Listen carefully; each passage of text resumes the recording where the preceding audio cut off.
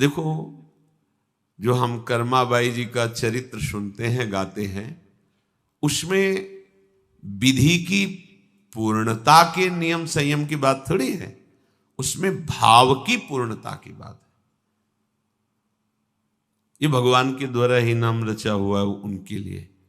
जल्दी कर मां, विलंब हो जाएगा। जल्दी कर मां, तो उनका नाम एक कर्माबाई, प्रभु स्वयं। उन्होंने विचार किया कि रात्रि में प्रभु का भोग नहीं लगता, दिन में सब लगाते हैं, तो 3 बजे प्रभु को तो भूख लगती होगी। 3 बजे जल्दी से उठी, बस पहला काम रसोई चढ़ा दिया, सुंदर खिचड़ी बनाई। प्रभु दौड़ के आते, गोद में बैठ करके पाते, प्रभु पा के गए, बस फिर इसके बाद शौच स्नान क्रिया। क्या विधि है इसमें? एक विधि को जानने वाले महात्मा ने देखा कि सूर्योदय के बाद वो स्नान कर रही, पर भगत तो है, ये प्रसिद्धि थी उनकी। उनका तुम कैसी भगत हो, सूर्य उदय हो रहे हैं फिर आप स्नान? थोड़ा ब्रह्म मुहूर्त में उठना चाहिए। देखो, यदि जीवन को सार्थक करना है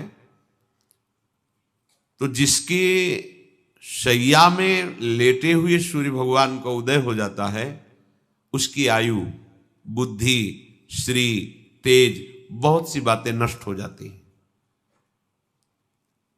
अगर आपको जीवन में चाहे लौकिक उन्नति प्राप्त करनी हो या पारलौकिक,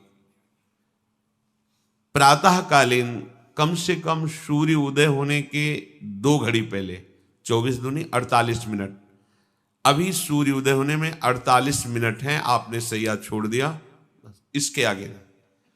सूर्य उदय होने के 48 मिनट पहले आप सैया से हट जाएं। अगर आप रात्रि में जगे हैं तो सूर्य उदय होने के 48 मिनट बाद फिर आप सो जाएं। लेकिन वो जो बीच का समय, प्रातःकालीन संध्या भुवन भास्कर भगवान पधार रहे हैं, वो आप सो रहे हो, तो आपकी आयु, आपका वैभव, आपकी बुद्धि, ये सब नष्ट होने लगती है, पता नहीं चलता लोगों।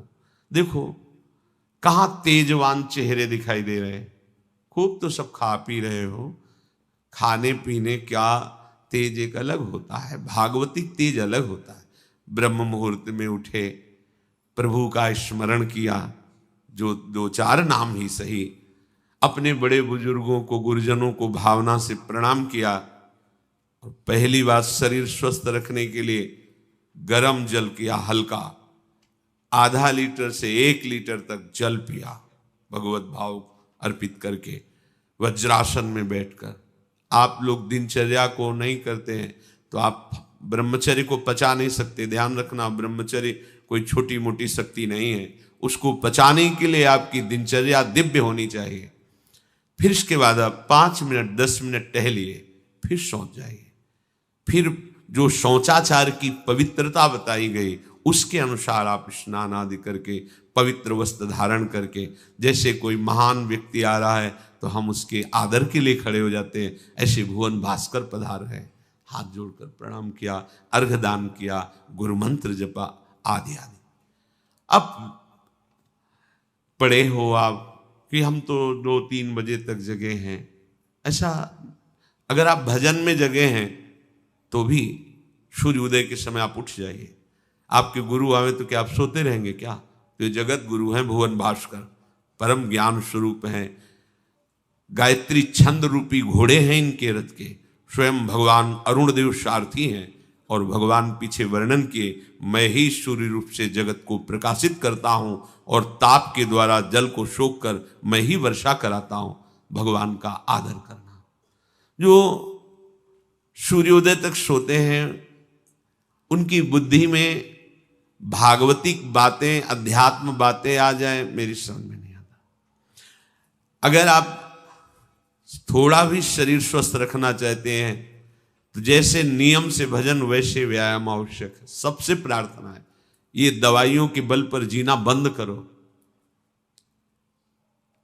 शरीर में जितनी आवश्यकता जल की है, अगर उतना नहीं जाएगा तो आपकी एसिड बनेगी, फुंसियां निकलेंगी, कब्ज बनेगा, कई परेशानी। हम साधकों को कहते हैं कभी कभी जैसे पूछते कितना जल पिया, वो अभी तो पिया नहीं। अच्छा, ये शरीर है, ये एक गाड़ी है, ये कोई सच्चिदानंद नहीं है। उचित आहार, उचित जल, व्यायाम के लिए कुछ समय नहीं। और भी 10 दिन बीमार पड़ोगे फिर देखो, आप कहते हैं समय नहीं है। हमने अपने बीमार स्थिति की दिनचर्या को बताया, शीत धाम की 2 बजे उठना, जो आपको बोल रहे हैं ऐसे ही दिनचर्या करते, और 45 मिनट व्यायाम, इसके बाद तुरंत प्रणाम करके वृंदावन की परिक्रमा, फिर आके श्री जी की मंगला, फिर आके 9 बजे तक गुरुदेव भगवान की सेवा में, फिर वहां से आके श्री जी का श्रृंगार, फिर भिक्षावृत्ति आदि 12-1-2 बजे तक। कोई चाय, कोई पानी, कोई ऐसा कुछ नहीं कि बाल भोग, कुछ नहीं था ही नहीं। जिंदगी में 100 ग्राम दूध नहीं खरीदा कि भाई हमारा दूध बन, कभी नहीं ऐसा। पर कभी ऐसा महसूस नहीं हुआ कि मैं बहुत कमजोर हूं। ब्रह्मचर्य को पचाने के लिए बहुत शरीर को क्रियाशील होने की आवश्यकता है, या तो प्राणायामों के द्वारा, आसनों के द्वारा। अब ना आसन है, न प्राणायाम है, न व्यायाम है, और फिर क्या, कैसे भावना आपकी भगवत भावना बनेगी? तो एक प्रमाद स्थिति, एक छिन्न भिन्न खिन्न स्वभाव, नहीं बात बनेगी। अध्यात्म का साधक जो होता है, नवीन खिला हुआ कमल जैसा, मुख प्रसन्न तन तेज विराजा, कीनेस रामचंद्र कर का। कोई असाध्य रोग, कोई बहुत पीड़ा, वो बात अलग है।